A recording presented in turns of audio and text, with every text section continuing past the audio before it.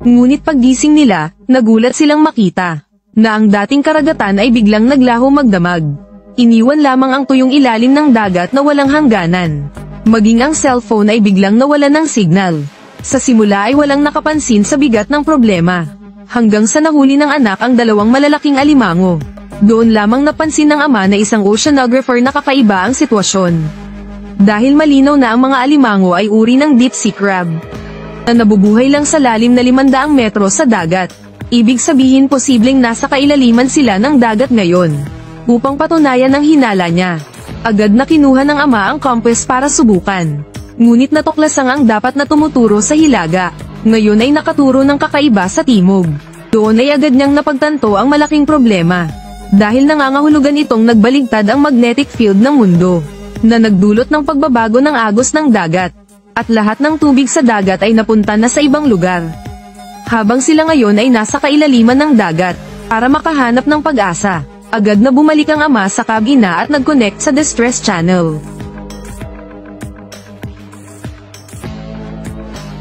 Kayo rin ba ay mga naiwang biktima sa ilalim ng dagat? Ngunit hindi pala rescue team ang nasa kabilang linya, kundi isang deep sea explorer, na naipit din sa ilalim ng dagat. Ayon sa kanya, batay sa bilis ng agos, pagkalipas ng 7 araw ay babalik ang tubig dagat sa dati. Kaya para hindi sila matangay ng tubig, kailangan nilang maghanap ng mas mataas na lugar na mapagtataguan. Ngunit napakalayo pa ng pinakamalapit na baybayin, at imposibleng marating ito sa loob ng 7 araw. Kaya napagdesisyonan na lang nila na hanapin ang submarine explorer na nasa 200 kilometro ang layo. Ngunit habang naghahanda ang pamilya ng pagkain para sa paglalakbay, isang tao ang biglang lumitaw hindi kalayuan.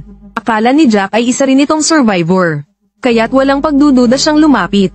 Nang malaman niyang gusto lang nito ng kaunting tubig, agad niyang inabutan ng tubig ang lalaki. Ngunit matapos uminom, bigla itong nagbago ng ugali.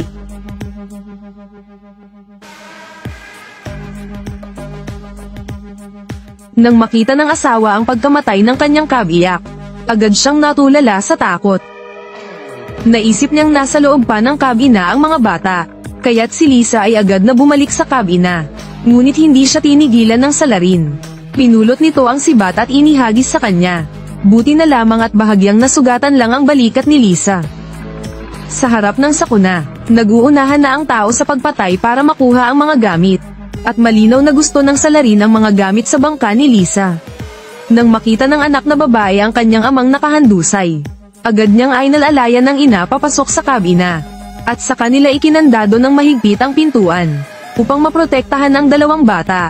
Pinatago ni Lisa ang mga anak sa loob ng kahon, at iniabot ang isang signal gun sa anak na babae, na gamitin ito para iligtas ang sarili kung kinakailangan. Samantala siya naman ay humawak ng isang patalim. Nang sapilitang buksan ng salarin ang pinto ng kabina, nakatago na si Lisa sa isang maliit na silid sa loob. At nang makita ng salarin na walang tao sa paligid, nagmadali itong kumain ng ilang delata sa gutom. Pagkatapos ay hinanap si Lisa. Hindi niya alam na si Lisa ay nakalabas na pala sa pamamagitan ng isang butas. Habang ang salarin ay nagmamasid sa taas niya, hindi naglakas loob si Lisa na gumawa ng ingay. Ngunit sa oras na iyon, nabukos siya ng aso ng salarin. Walang nagawa si Lisa kundi saksakin ito. Nang makita ng salarin ang pagkamatay ng kanyang aso, nanumpa itong babalatan ng buhay si Lisa. At sa mga oras na iyon, tahimik na nakabalik si Lisa sa kabina. Balak niyang iligtas ang 2 anak at tumakas. Ngunit sa hindi inaasahan, bigla siyang sinakal ng salarin. Habang nalalapit si Lisa sa bingit ng kamatayan, binanata ng anak na babae ang salarin gamit ang signal gun. At napatili ito sa hapdi ng pagkasunog. Agad na dinala ni Lisa ang 2 anak palabas ng kabina. At nang sila'y makalabas, nagliyab na ang buong kabina. Akala nila'y matutupok na si Loto sa apoy. Ngunit laking gulat ni Lisa nang bigla niyang makita na nakalabas din si Loto mula sa kabina. Kaya't napilitan siyang dalhin ang mga bata at tumakbo ng mabilis. Hindi alam kung gaano katagal. Nakahanap sila ng isang siwang para magtago. Matapos magpahinga at makabawi ng lakas, alam ni Lisa na hindi sila maaaring manatiling nakatago. Kailangan nilang pumunta agad sa mas mataas na lugar. Ngunit labis na nagdalamhati ang anak na lalaki sa pagkawala ng ama. Dahil dito, inalo siya ni Lisa na maging matatag. At muling nagpatuloy sila patungo sa direksyon ng Explorer. Hindi nila alam na sa mga oras na iyon, isang bumagsak na eroplano ang nasa kanilang harapan. Nagbigay ito ng panibagong pag-asa sa kanila. Agad silang pumasok upang doon magpalipas ng gabi. Samantala, patuloy pa ring humahabol si Lotto mula sa likuran. At nagplano siyang atakihin sila sa kalaliman ng gabi. At gaya ng inasahan, pagsapit ng gabi, nangyari ang kanyang plano. Habang nasa labas ang anak na babae para magbanyo, lumapit si Lotto mula sa likod upang sakalin siya. Ngunit bago pa siya makakilos, biglang sumugod si Lisa mula sa gilid.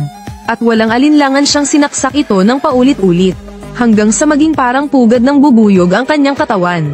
Alam na ni Lisa na gagalaw si Lotto sa gabi, kaya't sinadya niyang bantayan ang anak at naghintay ng pagkakataon.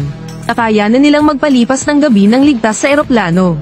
Ngunit kinabukasan ng umaga, laking gulat nila nang makita na ang katawan ni Lotto ay naging hungkag na balat na lamang. At ilang maliliit na alimango ang gumagapang dito. Nang mapagtanto nilang may kakaiba, agad dinala ni Lisa ang mga anak sa panibagong paglalakbay para mabuhay. Ngunit hindi pa man sila nakakalayo, biglang nakaramdam ng matinding uhaw ang anak na lalaki. At muntik nang uminom ng maruming tubig mula sa lawa. Agad na pinigilan ni Lisa ang anak, ngunit huli na ang lahat. Di nagtagal ay nakaramdam ng hilo ang anak. Parang nalasan siya, wala nang ibang paraan. Kaya gumamit si Lisa ng mga bagay sa paligid. At nagtayo ng pansamantalang tolda. Pagkatapos ay tinurukan niya ng gamot kontra impeksyon ang anak. Akala niya sapat na ang pagpapahinga. Ngunit biglang, may kakaibang ingay na narinig sa labas ng tolda. Nang makita nila ang mga may itim na bagay na papalapit, agad na unawaan ni Lisa ang panganib. Mabilis niyang ginaisang ang mga bata upang tumakas. Ngunit hinabol sila ng mga nilalang mula sa likuran. Hanggang sa makita nila ang isang dambuhalang barko. Agad silang tumakbo papunta roon. Ngunit nang makita sila ng mga nakaligtas doon, para silang nakakita ng salot. At agad isinara ang pinto ng kabina. Wala silang nagawa kundi umakyat sa ibabaw ng container para magtago. Doon nila nakitang malinaw kung ano ang humahabol. Isang pulutong ng nagugutom na higanteng alimango. Pagtanto nilang ang bangkay ni Lotto ay nilapan ng mga ito. Kinilabutan sila sa takot, ngunit sa oras na aakyat na ang mga alimango, bigla na lang huminto ang mga ito. Naamoy pala nila ang dugo mula sa katabing container. At sabay-sabay na pumasok doon. At di nagtagal, ginawang hapunan ng mga alimango ang lahat ng nasa loob. Hanggang sa sumapit ang hapon kinabukasan bago sila umalis. Matapos magsaliksik, nakahanap sila ng ilang tubig mineral at mga baril. Pati na rin isang walkie-talkie. Upang makatawag ng tulong, agad nilang itinaas sa emergency channel ang signal. At nakipag-ugnayan sa isang deep sea explorer na biktima rin. Inatake kami ng isang grupo ng higanteng alimango. Yung uri ba na may matutulis na tinik? Oo, iyon mismo. Doon lang nila nalaman kung bakit nangangagat ang mga alimango. Lumabas na ang mga ito ay deep sea spider crabs. Sobrang mahilig sa amoy ng dugo. Dahil sa pagbaligtad ng magnetic field ng mundo, lumabas ang mga dugong hanap na alimango sa seabed ngayon. Nang malaman nilang naapektuhan ng pagbabago ng magnetic field ang alon, at maaaring bumalik ng mas maaga ang tubig dagat, agad na dinala ni Lisa ang mga bata upang magpatuloy sa paglalakad. Matapos ang ilang araw na walang tigil na paglalakbay, sa wakas ay narating nila ang lugar ng Deep Sea Explorer. Habang tumatakas sila, biglang natuklasan. Napan ng bangkay ng alimango ang lupa. Agad nilang naramdaman ang kakaiba. Dahil ibig sabihin ay tirahan ito ng mga alimango. Ngunit kahit alam ang panganib, wala silang pagpipilian. Dahil tanging sa pagdaan sa mahabang bangin na ito, sila makakarating sa submarine na hinahanap nila. Na siyang tanging tsansa nilang mabuhay. Ngunit lingid sa kanilang kaalaman, may mas nakakatakot pa kaysa sa mga alimango. Biglang gumulong mula sa itaas ang higanteng bato. Pag-ingat! Sa oras ng panganib, agad itinulak ni Lisa ang mga bata sa gilid. At siya mismo ang naipit sa bitak ng bato. Hindi nagtagal, nagising ang mga nakakatakot na alimango.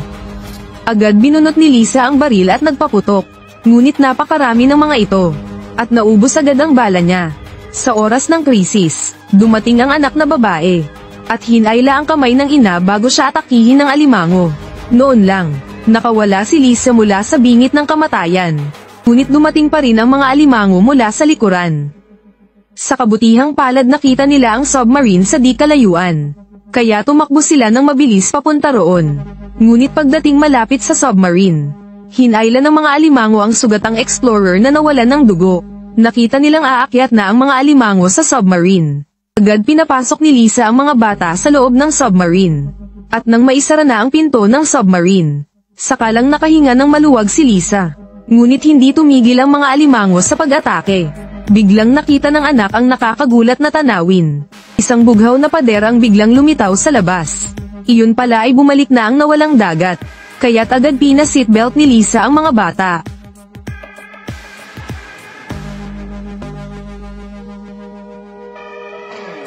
Kasabay ng matinding pag-uga, tinangay sila ng tubig papunta sa isang hindi alam na lugar.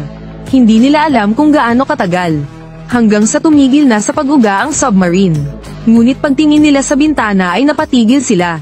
Nang lumabas sila sa kalamang natuklasan, na itinangay na ng dagat ang submarine patungong dalampasigan. Ngunit nakakatakot isipin, ang dating mga gusali ay wasak na. Pero sa kabutihang palad, sa huli ay nakaligtas silang mag-anak sa trahedyang ito. Ngunit ang susunod na haharapin nila, ay mas matinding hamon sa buhay. Sa puntong ito, ang dagat ay mahalagang bahagi ng ekosistema ng mundo. Hindi lamang ito tumutulong sa pag-regulate ng klima. Ito rin ang duyan ng biodiversity ng mundo. Kung mawawala ang karagatan, tiyak na darating ang malaking kapahamakan sa mundo. Bagamat haka-haka lamang sa pelikula ang pagkawala ng dagat, ipinapaalala nito sa atin ang isang bagay, na dapat nating pahalagahan ang tubig sa mundo. At dyan na nagtatapos ang video mga idol.